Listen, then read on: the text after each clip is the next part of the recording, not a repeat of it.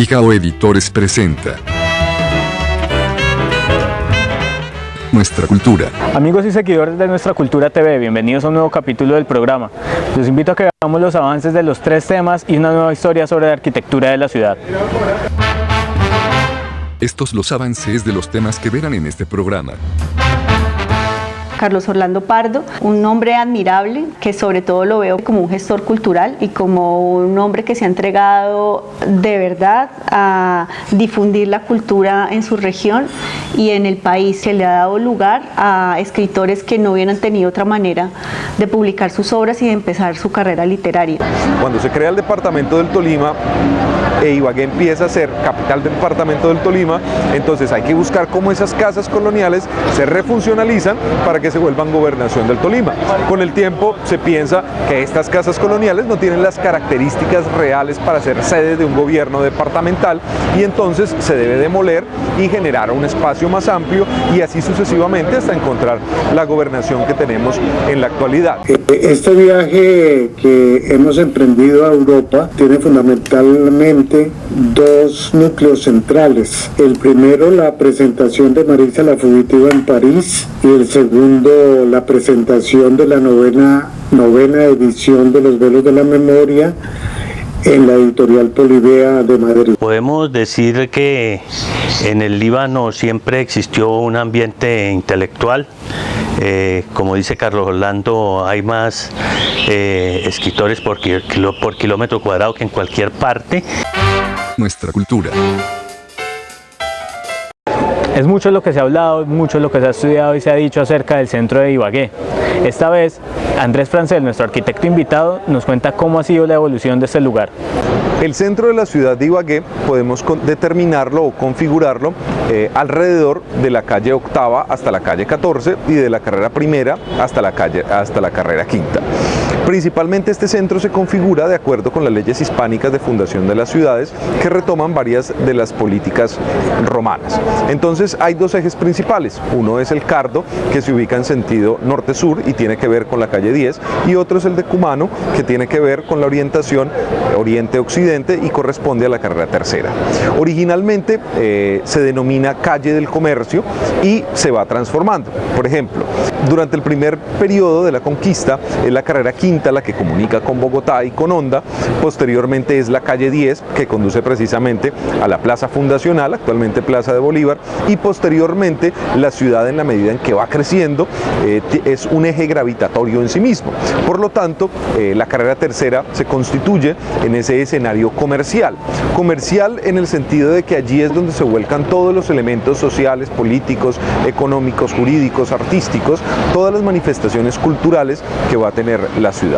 La calle 14 entonces se identifica como ese final de la ciudad en donde está la plaza de mercado, donde están digamos el comercio sexual, donde se ubican los bares, es decir, toda esta zona que quiere desplazar la ciudad por ser parte de los usos no tradicionales o no acostumbrados.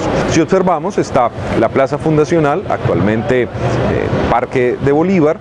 Posteriormente encontramos el Parque Murillo Toro, que originalmente fue la plazuela de Santo Domingo, porque se ubicaba frente al convento de Santo Domingo, donde actualmente está el edificio del Banco de la República. Después se configura como Parque de San Simón, debido a que el convento de Santo Domingo es reemplazado por el Colegio Nacional de San Simón en 1822 y posteriormente se generan unas ampliaciones, se demuele una de las cuadras y se configura el gran Parque Murillo, que actualmente es una plaza Murillo Toro debido a que no tiene un concepto de arbolado o de integración lúdica, que es lo que caracteriza a los parques. El Parque de Santa Librada, ese Parque de Santa Librada también nos habla de una zona muy importante de reconfiguración conceptual. Por ejemplo, Santa Librada es la Santa Barbuda. Entonces esa Santa Barbuda corresponde precisamente a los usos del comercio sexual, de la plaza de mercado, de los bares, pues, de todas las dinámicas que hay alrededor del comercio, de los abarrotes para una ciudad. Entonces encontramos tanto Santa Librada como el espacio de San Roque, que se configura posteriormente, o la calle del comercio, como es denominada ella.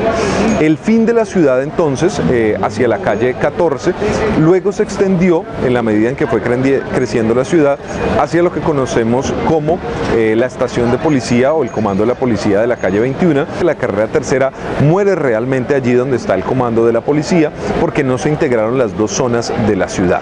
Actualmente, por supuesto, con la peatonalización de la calle tercera, de la carrera tercera, tenemos un bello remate al cual llegamos, que es la Plaza de Bolívar. Esta plaza también nos habla precisamente de esos cambios de dinámicas que existían. Por ejemplo, la plaza debemos entender la plaza fundacional como un elemento multifuncional, donde se hace mercado, donde se reúnen las personas, donde están las ceremonias políticas, las ceremonias religiosas, pero actualmente pertenece a un cambio de dinámica de la burguesía heredado precisamente de las reformas de París. Es decir, el comercio deja de significar solamente el concepto amplio de la integración social y se reduce al proceso comercial. Por ejemplo, si observamos tradicionalmente, las calles eran espacios en los que confluían tanto los carruajes como los peatones, todos indistintamente dentro de una misma arteria. Los andenes realmente tenían como propósito aislar las construcciones de las inclemencias del tiempo. Posteriormente, cuando vemos la carrera tercera peatonalizada, pues estamos observando cómo precisamente se retoman los espacios para el peatón, que debe ser realmente el más importante dentro de la configuración de una ciudad. Las avenidas finalmente lo que hacen es generar espacio para que compremos más automóviles, para que aumentemos el parque automotor, pero finalmente no permiten que sea el peatón quien disfrute más de la ciudad. Por lo tanto, estos espacios de peatonalización son símbolos precisamente de la retoma que hace la ciudadanía de esos espacios. Cuando se crea el departamento del Tolima e Ibagué empieza a ser capital del departamento del Tolima, entonces hay que buscar cómo esas casas coloniales se refuncionalizan para que se vuelvan gobernación del Tolima.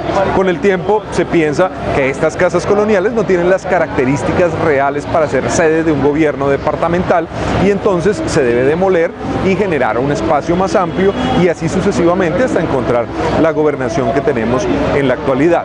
Del mismo modo, el parque o la pequeña plazuela que existía de Santo Domingo y luego de San Simón, pues debe ser configurada como un gran parque Murillo Toro. Y eso implica entonces que este espacio debe ser más relevante que la plaza fundacional o plaza mayor, actual plaza de Bolívar, y por lo tanto empieza a ser más importante ese parque porque es de un orden territorial mayor como el departamento, la gobernación, y se desplaza ese ámbito de poder de la plaza fundacional a la plaza Murillo Toro. La plazoleta Darío Echandía es uno de los ejemplos importantes de gestión del espacio público, gestión y generación del espacio público durante las últimas décadas del siglo XX. Entre los años 80 y 90 el Banco de la República empieza a gestionar cómo se pueden crear nuevos espacios de conexión al interior de la ciudad. Uno de ellos es precisamente mediante la demolición del convento de Santo Domingo, posteriormente del Colegio de San Simón y la construcción del edificio del Banco de la República, se genera una callejuela en lo que correspondería al antiguo convento de Santo Domingo, al ingreso de los carruajes de un gran portón, y se busca conectar precisamente este pasaje con la carrera tercera, y es la conexión entre el Teatro Tolima, uno de los principales símbolos culturales de la ciudad, con la biblioteca, actualmente Centro Cultural Darío Echandía de la ciudad. Esta gestión de espacio público nos habla precisamente de cómo el Estado, como benefactor de una sociedad, puede precisamente incidir en la generación de esas nuevas espacialidades. Y es un llamado de atención precisamente para que las políticas públicas se dirijan a beneficiar a los ciudadanos mediante la gestión de ese espacio público. Hace tiempo, por ejemplo, en la ciudad no se gestionaban esos espacios públicos que no deben ser entendidos como grandes escenarios, sino como la posibilidad de utilizar esos pequeños espacios que hay en la ciudad, sin decir o sin negar que la generación de grandes espacios públicos es por supuesto fundamental para ello. Al respecto hay que decir que Ibagué tiene un índice de espacio público realmente mínimo, que está alrededor de 1.5 o 2 metros cuadrados por habitante, cuando deberíamos estar en el orden de 15 metros cuadrados por habitante. Cuando paseamos por la carrera tercera notamos la importancia de la generación de este espacio público porque precisamente permite que la configuración de una calle comercial se retome en el sentido de la integración de todos los usos o de la vida comunitaria para la sociedad. Nuestra cultura. Este es uno de los temas a tratar en el próximo programa de Nuestra Cultura, y usted es el invitado especial, no se lo pierda. Muchos de ellos vienen a pintar flores, vienen a pintar, ay profe, que yo quiero pintar a mi mascota, entonces ese es el afán de ellos. Pero yo trato de convencerlos a través de un ejercicio donde yo les digo, hagamos lo más difícil, porque si ustedes logran lo más difícil, después podrán lograr lo más fácil. Nuestra Cultura. Pijao Editores es considerada una de las editoriales más importantes del país y la segunda más longeva, solo por detrás de Oveja Negra.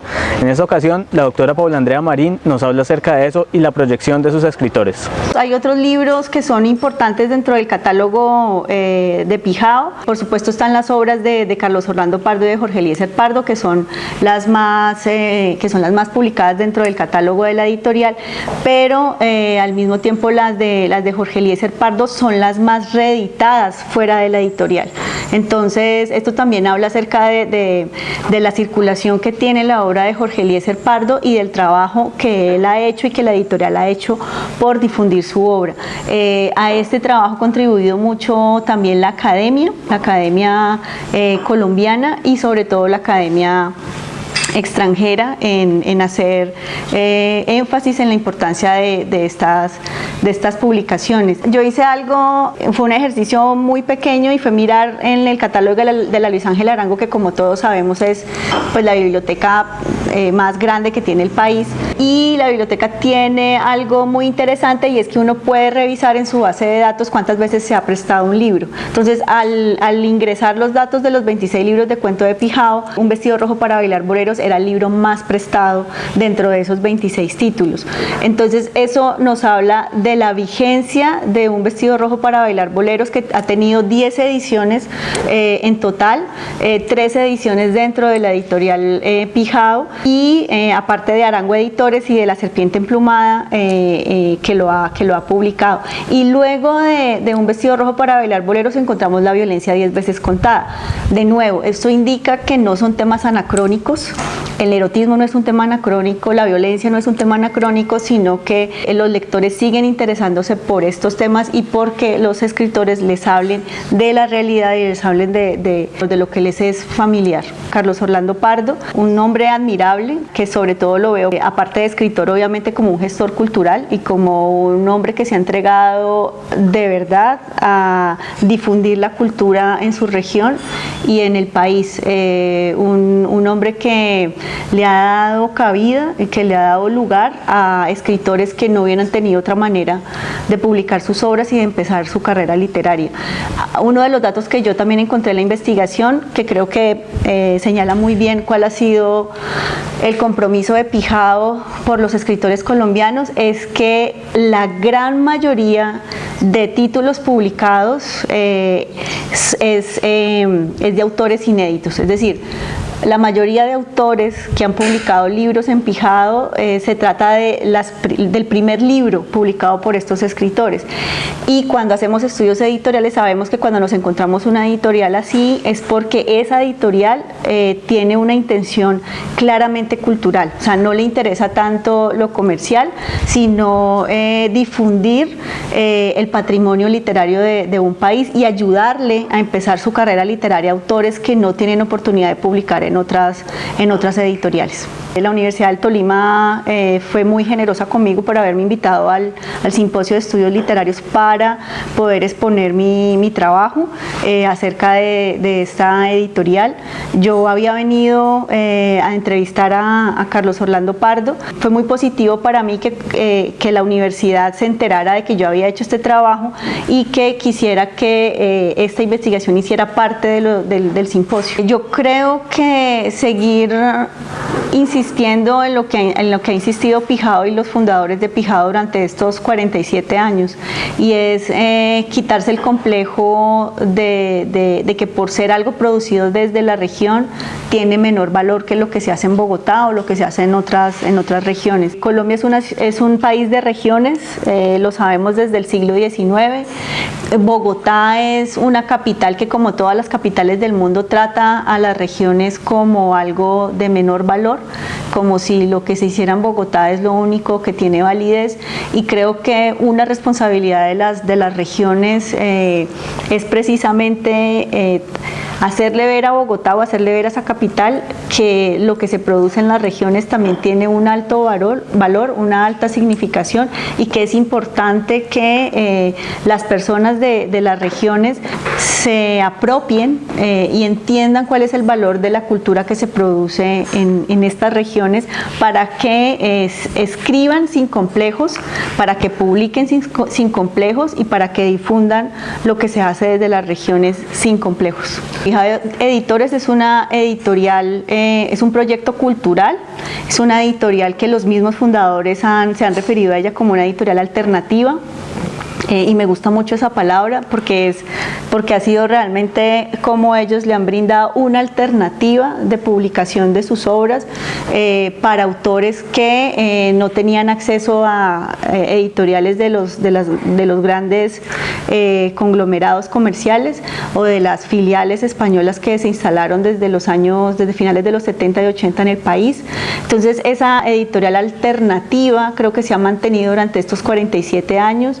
Hoy podríamos clasificar a Pijao como una de las editoriales independientes que tiene el país, y el ser una editorial independiente significa que están aportando realmente a la difusión de autores colombianos, y lo han hecho con sus propios medios, que eso también es muy loable, que alguien que no está ganando nada con estos libros siga insistiendo en la necesidad de publicarlos y publicitar autores que no tendrían otra ventana para darse a conocer. Nuestra cultura. Este es uno de los temas a tratar en el próximo programa de Nuestra Cultura, y usted es el invitado especial, no se lo pierda. Gracias a Dios ahí he podido insertarme más en los festivales, viajar más, conocer más, ver triunfar a más amigos, porque sinceramente creo que esos son los triunfos que valen, los que se hacen con la música que es nuestra. No digo que los otros triunfos no valgan, pero estos tienen un valor mucho más alto. Nuestra cultura. En este camino de Nuestra Cultura TV nos hemos interesado también por dar seguimiento a dónde están los tolimenses en la diáspora. Empezamos este camino con Jorge Eliezer Pardo, quien nos cuenta desde París cómo ha sido su experiencia del lanzamiento de sus nuevos libros. Este viaje que hemos emprendido a Europa tiene fundamentalmente dos núcleos centrales. El primero, la presentación de Marisa la Fugitiva en París, y el segundo, la presentación de la novena edición de Los Velos de la Memoria en la editorial Polibea de Madrid. La primera actividad ya la hemos realizado en París. París y Europa está en otoño, pero hay bastante lluvia, hay humedad, hay vientos fríos, hay esa belleza del otoño con los ocres de los árboles, los parisinos envueltos en sus gabardinas, en sus chaquetas, pero siempre París con todos sus bulevares y sus terrazas románticas. A través del grupo Hilvanando la Memoria, quienes hicieron la edición hace unos años de la traducción del libro Los Velos de la Memoria al francés, Angélica Pérez de Radio France Internacional, a través del Museo del Hombre y la Biblioteca Especial para la Memoria en el Mundo, un salón muy agradable. Allí se convocaron más de 40 personas para escuchar a los presentadores en una reunión muy hermosa que contenía intervenciones de Angélica Pérez, quien fue la moderadora. Por supuesto, el director del centro hizo una bienvenida, exaltó la importancia del trabajo de la memoria en los países del mundo y el amor por Colombia como el centro y el eje de la memoria en América Latina. Angélica Pérez entonces motivó la discusión. En la mesa estaba Ligia Vázquez, gran lectora, quien viajó desde Estrasburgo durante 3 horas en tren para lograr este encuentro que para mí fue maravilloso.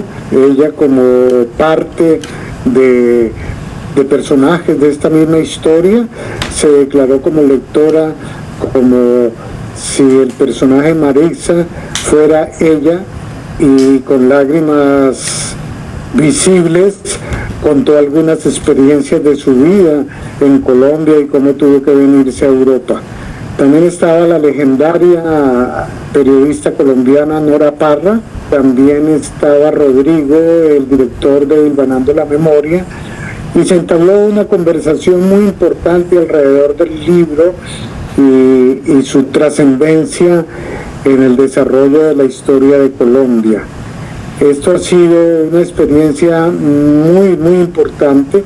Lógicamente, además de la actividad literaria y del lanzamiento del libro, pudimos estar en 2 exposiciones importantísimas. Iremos a Budapest en busca de los caminos de Maray y luego iremos a Praga a seguir las huellas de Franz Kafka. Los Velos de la Memoria, el 23 de octubre se hará la presentación en una librería hermosísima que ya fuimos a verla, se llama la librería Rafael Alberti. Va a ser la 9ª edición de este libro con un formato muy hermoso y no he tenido todavía el libro en la mano, pero ya habiendo visto las pruebas veo que va a ser un libro muy especial en una edición de una pequeña editorial de culto y posiblemente es mi interés de pronto estrenar 2 o 3 poemas de mi nueva ejercicio como escritor después de esas 5 novelas muy extensas. Entonces ahora la poesía me ha embargado y me parece que este viaje podría ser para el estreno de esos poemas. Entonces desde aquí les mando como siempre mi corazón de escritor y mi amor por el Tolima, que siempre crece más en la medida en que conozco más el mundo. Nuestra cultura. Antonio José Villegas es un hijo adoptivo del Líbano, que es sociólogo, antropólogo y ha publicado diferentes estudios sobre la sociedad en varias editoriales del país. Hablamos con él y nos contó sus proyectos y en qué está. Uno no es de donde nace, sino donde se cría. Y otros dicen que es de donde tiene sus muertos. Entonces yo me crié aquí y tengo mis muertos acá, entonces soy más de acá que de cualquier otra parte. Podemos decir que en el Líbano siempre existió un ambiente intelectual. Como dice Carlos Orlando, hay más escritores por kilómetro cuadrado que en cualquier parte. Entonces ahí tuvimos las influencias de todas esas personas que ya habían desarrollado una labor intelectual y de escritura.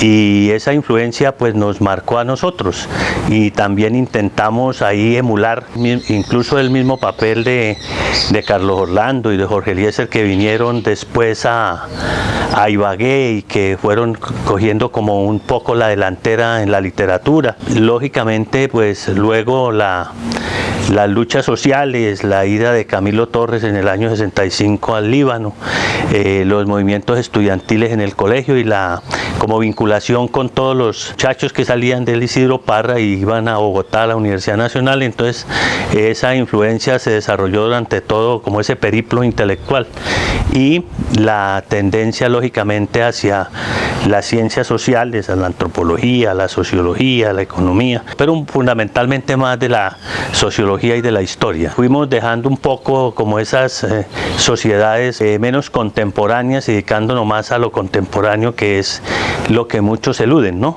Tratar de mirar como eje pues el Líbano, que fue epicentro de la violencia, luego la violencia en general y luego los procesos de paz con el trabajo que hicimos con Eladio Rojas, mi compañero de tesis en la Nacional, sobre el proceso de paz en el gobierno de Belisario.